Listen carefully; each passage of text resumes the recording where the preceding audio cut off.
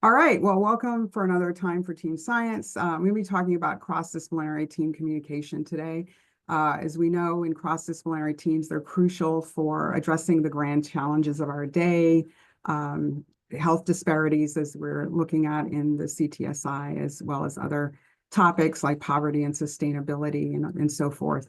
But they come with a number of challenges as well. And one of them is, how do you navigate the differences in communication?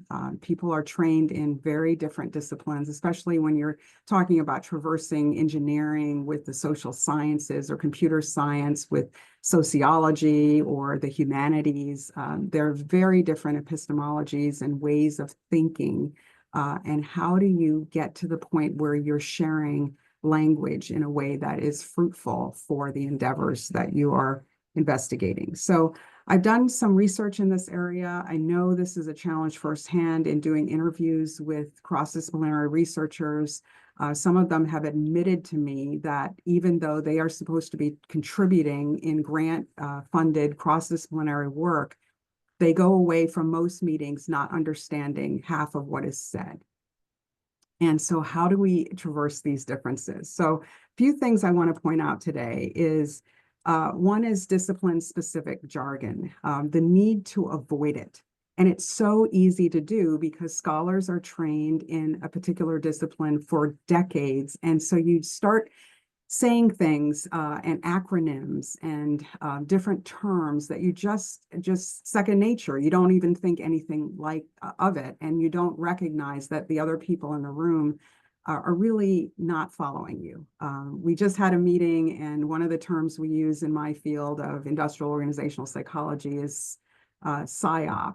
It's a Society for Industrial Organizational Psychology, and we just spew it out, and because it's just second nature to us. Or JAP, journal names by acronyms, Journal of Applied Psychology. But for people that are not in the discipline, there's no way that they would know that. And so the need to, kind of take a step back and try to think about the different contexts that you're in a cross-disciplinary team, and to try to avoid that. But also to try to develop a ground rule in a cross-disciplinary team that if discipline-specific jargon is used, that members should ask the speaker what is said.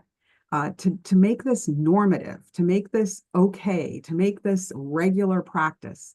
And this helps establish a culture in which members are going to be more aware, because that's the big thing. You could just spew this stuff out. You don't even know, you don't even recognize. And that's why it's important to try to have people say, well, what does that mean? What is JAP? What is PSYOP? Because then members will become more aware, and then members are empowered to ask those questions without the risk of feeling like, oh, I'm going to come across stupid, I'm going to come across ignorant if I even ask the types of questions that I need as a cross-disciplinary member to be able to understand what's going on, so that I can contribute my discipline-specific knowledge in a way that is really helpful for the grant or for whatever project you're working on.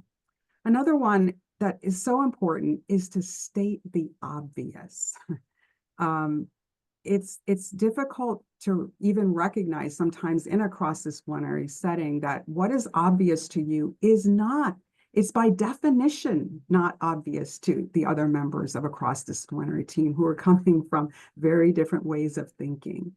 And this can be really hard, I find, for researchers, including myself, to really state the obvious, because what is obvious is often tacit knowledge. I mean, it's knowledge that is so well ingrained that we're not even really explicit about it anymore, because it's so much innate part of the way we're thinking and our worldview.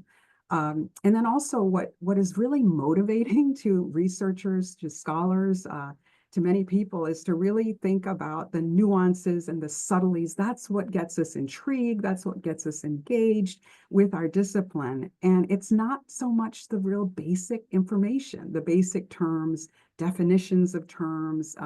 We want to move beyond that. We want to, move to what's really interesting to us. But to do so without first covering some of the basic information is going to leave other people in the dark in cross-disciplinary teams. And so that's so important to do. Another thing I would point out is establishing this shared language. So in addition to trying to be more aware of how you're communicating from your discipline towards what you're doing in the cross-disciplinary team, it is really important that we develop a shared language, a vocabulary that everyone is on the same page about. So the first thing is to really identify those essential core terminologies that are going to be used in the problem space that you're dealing with, and really taking time to ensure that everyone is on the same page about that and not just making assumptions about it. The term model, for example, it's a very basic term. It's easy to just spew that out. It's very different meanings across disciplines. It has very different meanings. In psychology, when I use that term model, I'm just talking about boxes and arrows, a drawing of how you're testing variables. And when I interact with computational modelers in various projects, they don't mean that. They mean something very, very different. And so basic terms like that to make sure that in this project, when we say X, this is what we mean, and to take the time to ensure that everyone understands. Sharing key concepts from different disciplines as they're necessary and important to the project would be important as well. And developing a glossary, some sort of written document that members can access at any point. For example, if they're in the middle of a meeting and terms are being used, and they can quickly go to that glossary and review, or pay attention, ask about that, or, have something to go to if they don't want to explicitly ask a question in the meeting. So these are some of the best practices that are used in cross-disciplinary team communication. This all speaks to the importance of active listening, providing opportunities for communication. So what you want to avoid in a cross-disciplinary meeting is a big spewing out of information by someone in the team, and then no time for communication afterwards. You really want to allow for that, for people to ask these follow-up questions about the discipline-specific knowledge. Here's what I'm hearing. Am I understanding that correctly? Am I getting that? And usually it takes multiple iterations of this. Just explaining it once when you're talking to people from very different disciplines who see things very differently may not be enough. You may need to do this constantly. Yes, I know you explained this last time, but now we're 2 weeks later and I'm still struggling. This is the kind of climate that you want to invest in and see happen in cross-disciplinary teams. And also thanking members when they ask questions, not viewing it as a nuance or we got to, TikTok, we have to move on. Really validating the questions that are asked. I'm so glad you asked that question. Yes, that's a very important point. I'm very glad you brought that up. This all requires psychological safety, which is this shared norm in a team where members can ask questions, raise concerns without the risk of feeling like I'm going to be viewed as stupid, incompetent, like I don't know what I'm doing, without the risk of feeling humiliated. And this is something we all struggle with. We all want to look competent, especially as scholars and researchers and PhDs and academics. But it's so important that in these cross-disciplinary teams where everyone is brilliant in their own discipline, to recognize that we struggle to gain the knowledge across disciplines that is key to succeeding as a cross-disciplinary team.